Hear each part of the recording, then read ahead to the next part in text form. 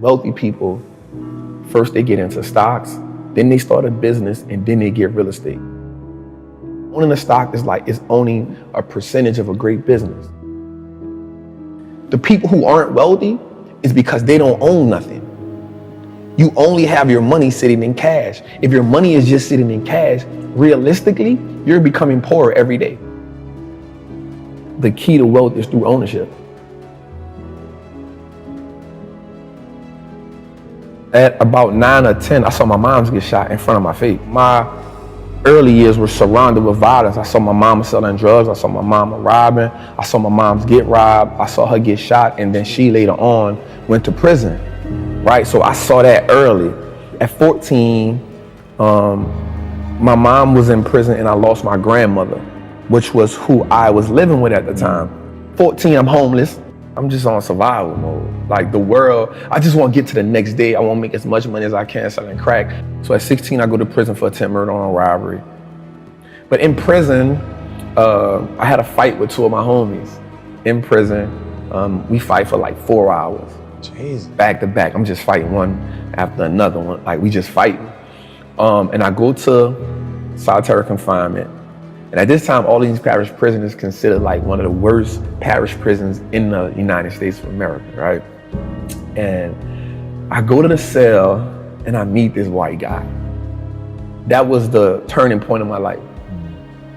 He was like, man, listen, man, there's a game that's being played and you're playing a game that you can't win. For a minute, I just started thinking about the people who I knew that was in the streets. Everybody lost, everybody suffered the same fate. He has on a red and white band at the time. The red and white band means you're in federal custody. The first 3 things was he said, listen, man, wealthy people do 3 things, man. They stop trading time for money. They make their money work for them. And they give as much value to people as they can. And we got a little deeper into that. He said, the reason why you give people so much value is because if you give them so much value, they'll never leave you and they'll always be there for you. And you will never need for anything as long as you give value to people. And so I learned that as I got older. That part really didn't make sense to me at the time, but the money working for you part, and I was like, how do you make your money work for you? Again, all I know is how to go get money. That's all I know. So later on in that, he says, wealthy people do 3 things. So we in the cell for about 45 days. Every conversation with him about money and transition was always wealthy people do. So he says, wealthy people, first they get into stocks, then they start a business, and then they get real estate. So when people ask me, how did I get into stocks? It's because I follow that rule. And so my rest of my time in prison, I wanted to be that. I wanted to be a part of that wealthy conversation. And so what happened to me was it started reminding me of being in the streets.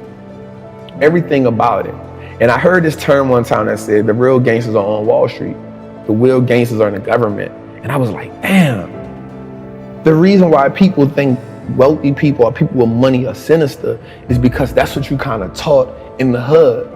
Like you kind of taught like the people who really have money, like they did some wicked shit to get it. They did some backstabbing, cut, get it, and you'll never get that, right? And so that same mentality now happens on a lower level, right? The hustling, the dope dealing. So now you think like, yo, I gotta just do sinister shit to get money. And then the people who are successful in the drug game, they're looking at the people at the top like, damn, I wanna be that. But the people at the bottom will never get a taste of that. And so now we just kind of living off ambition. And so now the people who are in the middle who working, they're like, oh, them people with money, they all crooks. Because being at the bottom teaches you to envy people at the top. It just happens. It's something that brews down there, right? It's kind of like when you cook. I don't know if you had gumbo before, right? But it's kind of when you cook food, right? The base goes to the bottom. And so most people live in that bottom, never knowing how they'll get up there, right? I remember, so when I was working in the inner cities, I remember having this moment where I was like, wait a second, this is not an intelligence problem. Intelligence is evenly distributed. Like I remember saying to my wife, the next Elon Musk is gonna be found somewhere in Compton. The problem is, he doesn't believe in himself. And so he's not gonna do anything. And so I became obsessed with this idea that generational poverty is not about money, it's about mindset. Now, it will manifest as money, but it is that. So I remember I had one kid come to me, and I was the first person that told him, you can be successful. Like, what the why do you not think you can be successful? It didn't even make sense to me. And he was like, well, my mom always told me that the world didn't want to see people that look like me succeed. And I was like, I'm sorry, what? I'm like, even if your mom had good intentions, that is the worst advice ever, because if you think you can't be successful, that will govern the way that you move, right? So Kobe Bryant, people that have listened to me for a while have heard this quote 1,000 times, but boos don't block dunks. The world can hate you all they want, but if you're good enough, think about this. The best basketball players in the world were paid millions of dollars to stop Kobe Bryant from scoring, and the scored 81 points in a single game. 81 points. When you've got 5 people paid millions of dollars actively trying to stop you, and they can't because you've gotten that good. That to me is the game of money. People can not want you to succeed all they want, but if you out-invest them, they can't stop you. So if people are not encouraging you to read, you're not going to read. What happens is now, no one now believes that it's possible. Once you keep passing that down, you start accepting the lower level. And then there's a few of us or a few people who say, nah, I'm an outlier, yo, like I'm about to go for it. And then whatever happens, I'm with it. You feel me? So for me, again, one of the greatest things that happened to me was my mother telling me like the world is raw and you got to get how you live. But I also saw my grandmother be a legal entrepreneur. So I saw it from both worlds. So while I'm in prison, I pick up a habit of reading. That was the game changer for me. On the streets, I never had the opportunity to just sit down and read because I'm always trying to survive. In prison, there was no longer a survivor mode there. I started hustling in prison. So I was working in the laundry. And so your clothes don't really get clean. So I found a hustle like, yo, I'll wash your clothes when we do it, but it's $5 or $25 a month. So that gave me a whole another set of money. And then I started being like a numbers dude. How Vegas have the numbers, the betting. I became a numbers guy. So I used to get up in the mornings and watch CNBC. So mind you, people in prison, they love to watch The Young and the Restless. And so I would have to get up before them to watch like Squawk Box, Jim Cramer. And I'd just be like, damn, these motherfuckers get all this money and they not risking their life. Something gotta change for me. Like something gotta change. And so I just started listening to them every day and I started comparing it to the streets. A good business is just like a good hustler. A good business has great product. They have great clientele. A great hustler has a great product. He has consistent clientele. A good business on the stock market has what's called a moat, a competitive edge that keeps his competitors away. A good hustler on the street is gonna have that competitive edge where they be like, nah, yo, I ain't rocking with you. I'm gonna just wait till trap come back, right? So there's the competitive edge. A good business has a good branding moat, meaning my name is good, right? So a good hustler on the street, yo, trap got that blue magic. I'm good on you. Like if I can't get trap, I'm gonna just go trap. But trap got that blue magic, that's what I'm rocking with. Branding mode, right? That's it. A great business on the stock market has more assets, more liquidity than debt. A good hustler on the street is if you don't learn how to fund your business, if you're operating where all you have is re-up money, you're not gonna last long. So those components reminded me the same. On the stock market, in the world, if a company's paying tariffs, that's equivalent to a dude on the street going pay draft to go hustle in somebody's hood. Like you can't hustle over here unless you pay me draft. It's the same as a tariff. It's the same thing. Yeah. So once I broke the game down to a way that I can understand it, it wasn't about me just being brilliant. It was like, yo, how do I make the game winnable for me? Like once you start understanding the fundamentals, you give yourself power because you now understand, like you said, you see how the machine works, right? And so most people look at the machine and marvel and say most people look at the stock market, 98% of the people who I know look at the stock market and say, yo, that's not a game I can play. I'm staying away from it. And so the way it's set up is, the world is set up, well, listen, cool, I don't even want you to play. Just give me your money, I'll play it for you. So when we look at like banks, like we understand that banks don't necessarily work in our favor, right? So banks only give us 0.05% interest on the money we have there. Well, we can get 8% just by putting our money in an index fund. So why would I just sit my money in a bank and let the bank make all the money? Because all they're gonna do is invest the money for you. So they now operating as the plug. They operate now as the man who, I'm gonna front you this, I'm gonna make my money, I'm gonna take the cut, I'm gonna give you just enough to keep coming back. I'm gonna go to the plug. Who is the plug? The stock market. The relationship with money in my community is you make money just enough to pay bills. And so once you get tired of paying bills, you say, you know what? I need to treat myself to something, right? No matter if I gotta go in debt, no matter if I need to treat myself to something to take this misery away.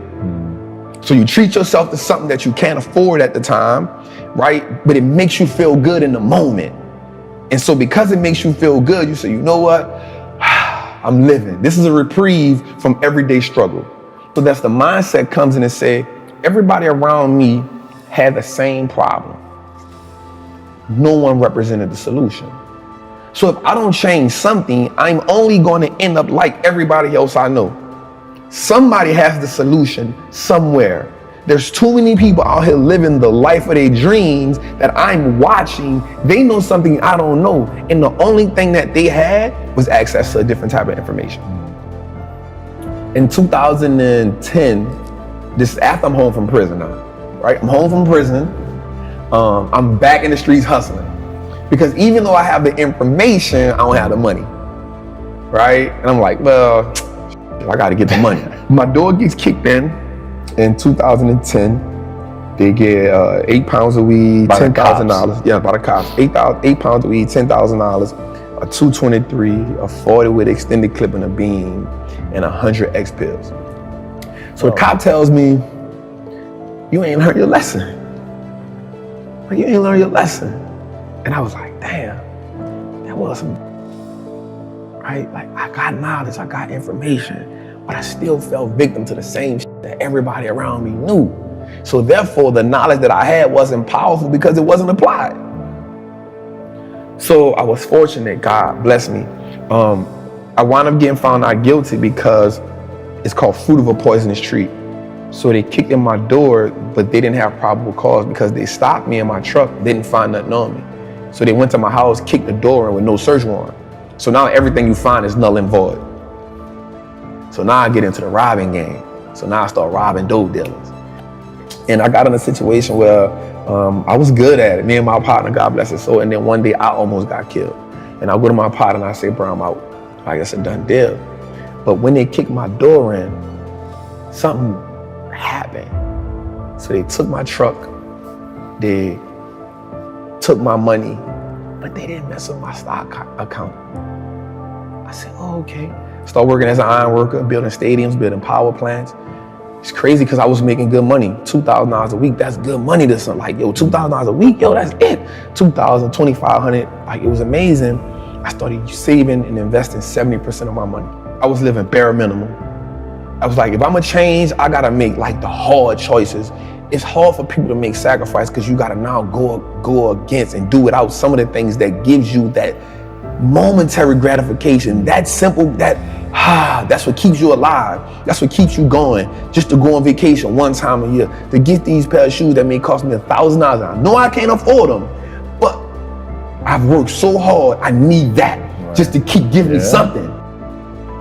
You have a phrase, Wall Street looks like us now. Wall Street looks like us now. There's another phrase you say, but you should like put that same like stamp on it, is I own that. I own that. Because you talk about stocks in a way that sounds so rad, where it's like, you refer to yourself as an owner of the companies. Yes. And the thing is, it actually is true. Like you're not playing a linguistic game. It is true, but people don't think about it like that. But it's so much more powerful than having a cool pair of kicks is to say, I own the company that makes those kicks, or I own the company that makes that phone, or, you know, Tim Cook, the CEO of Apple, works for me. I'm a shareholder, right?